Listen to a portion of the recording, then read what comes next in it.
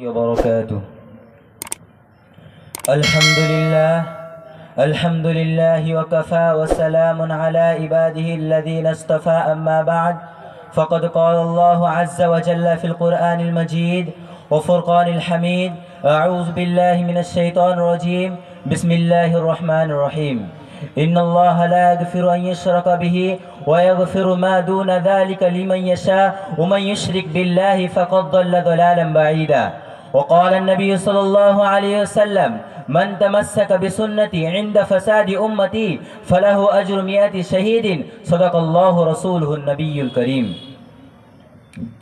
محترم بزرگوں اور دوستو، آج کی اس محفل میں میرا موضوع سخون وہ بدعات و خرافات ہے جن میں دور حاضر کے مسلمان مبتلا ہے. رب ذوالجلال نے قرآن مقدس میں ارشاد فرمایا ہے کہ بلا شبہ اللہ پاک نہیں بخشے گا اس بات کو کہ اس کے خدائیگی میں دوسرے کو شریک قرار دیا جائے. جو شخص خدا کے خدائیگی میں دوسرے کو شریک کرتا ہے تو وہ دور کی گمراہی میں جا پڑتا ہے.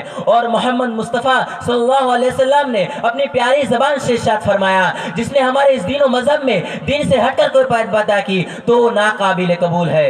نیز سرور کائنات صلی اللہ علیہ وسلم نے اپنی امت کو پیغام سنایا کہ فساد کے وقت جس نے میری سنت کو مضبوطی سے تھام لیا تو اس کے لیے بشارت ہے کہ 100 شہیدوں کا اجر حاصل کرے گا. لاحق صدر احترام، سامعین کرام، میں حیران و پریشان ہوں کہ کس کس بدعات کو بیان کروں، سماج میں پھیلی ہوئی بدعات و خرافات کا تذکرہ کروں یا عمل شرکیہ پر روشنی ڈالوں. سمجھ میں کچھ نہیں آتا کہ چھوڑوں داستہ کیسے. ایک طرف نبی پاک صلی اللہ علیہ وسلم کو عالم الغیب اور مختار کل کا تصور کیا جاتا ہے تو دوسری طرف ہم سب کی ماں عائشہ صدیقہ رضی اللہ عنہ کی شان میں گستاخی ہو رہی ہے. تو کہیں بدعاتوں کو فروغ دے کر مسلمانوں کے عقیدے پر ناپاک حملہ ہو رہا ہے. پیارے دوستو، آج کا انسان شرک و بدعات کے دلدل میں پھنسا ہوا ہے. وہ پیشانی جو صرف خدا کے سامنے جھکنی تھی غیر اللہ کے سامنے سیدھا کری ہے. شرک لوگوں میں پھیل رہا ہے اور خالص توحید سے دوری ہے.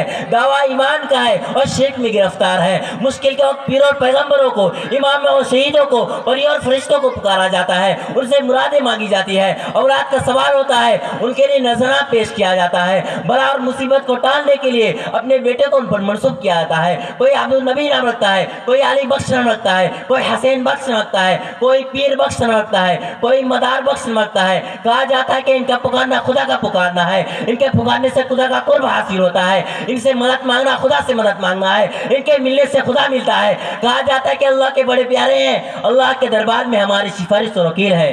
افسوس صدا افسوس اس حماقت پر جبکہ قرآن پاک میں دھگے کی چوٹ باری تعالیٰ نے فرمایا: واللہ الغنی وانتم الفقراء، کہ اللہ بے نیاز ہے اور تم سب کے سب محتاج ہو. پیر و پیغمبر خدا کے محتاج ہے، نبی اور رسول خدا کے محتاج ہے، ملائکہ اور فرشتے خدا کے محتاج ہے، چاند سورج ستارے خدا کے محتاج ہے، آسمان و زمین خدا کے محتاج ہے، صحرا و بیابا خدا کے محتاج ہے، الغرض ہر چیز خدا کے محتاج ہے. کسی نے کیا خوب کہا ہے، خدا فرما چکا قرآن کے اندر: میرے محتاج ہے پیر و پیغمبر، نہیں طاقت میرے سوا کسی میں کہ کام آؤں تمہارے بے بسی میں. اگر قرآن کو سچ مانتے ہو تو پھر منتیں کیوں مانگتے ہو؟ تمہیں یہ طور بد کسی نے سکھایا؟ محمد نے کہا ہے، بتایا. رسول خدا صلی اللہ علیہ وسلم کے بارے میں تصور کیا جاتا ہے کہ وہ ہر جگہ حاضر و ناظر ہے. ہم وقت ہر چیز کی آپ کو خبر ہے. عجیب بات ہے کہ عقیدہ ہے جو قرآن و حدیث کی بالکل مخالفت ہے. یاد رکھو، ہر جگہ حاضر و ناظر ہے نا. ہم وقت ہر چیز کی خبر نہ، دور ہو یا قریب، اندھیرے میں ہو یا اجالے میں، آسمانوں میں یا زمینوں میں، پہاڑوں کی چوٹی میں، سمندر کے تہہ میں. دوستو، یہ سب اللہ کی شان ہے. زمین مارنا، جیرانا، روزی میں تنگی کرنا، وسعت پیدا کرنا، بلائے ٹالنا، دوستو یہ سب اللہ کی شان ہے. بزرگان دین کے مزاروں پر ہر سال متعین تاریخ میں عرس منایا جاتا ہے، جشن منایا جاتا ہے، قوالیاں ہوتی ہے، گاجا باجا ہوتا ہے. بس یہی نہیں، طرح طرح کی خرافات ہوتی ہے، ڈونگ رچایا جاتا ہے، دین و مذہب و شریعت کے ساتھ کھلواڑ کیا جاتا ہے. جبکہ رسول پاک صلی اللہ علیہ وسلم نے فرمایا: لا تجعلوا قبری عیدن، کہ میرے قبر کو جشن مت بناؤ. اللہ کے محبوب پیغمبر سے زیادہ معتبر قبر کس کی ہو سکتی ہے؟ جب آپ نے اپنے قبر کو جشن منانے سے منع فرمایا ہے تو فیصلہ کیجئے کہ دوسرے کی قبر کو جشن کیوں منایا جا سکتا ہے؟ اللہ کے رسول نے تو قبر کو عید اور جشن منانے سے منع فرمایا ہے، مگر ہمارا حال یہ ہے کہ شریعت کی مخالفت کرتے ہیں. مزاروں پر اس طرح جمع ہوتے ہیں جیسے کہ عید کے لیے جمع ہوتے ہیں. عورت اور مرد سبھی ہوتے ہیں، بے حیائی کا سما ہوتا ہے، شراب و حرام پر ہوتی ہے،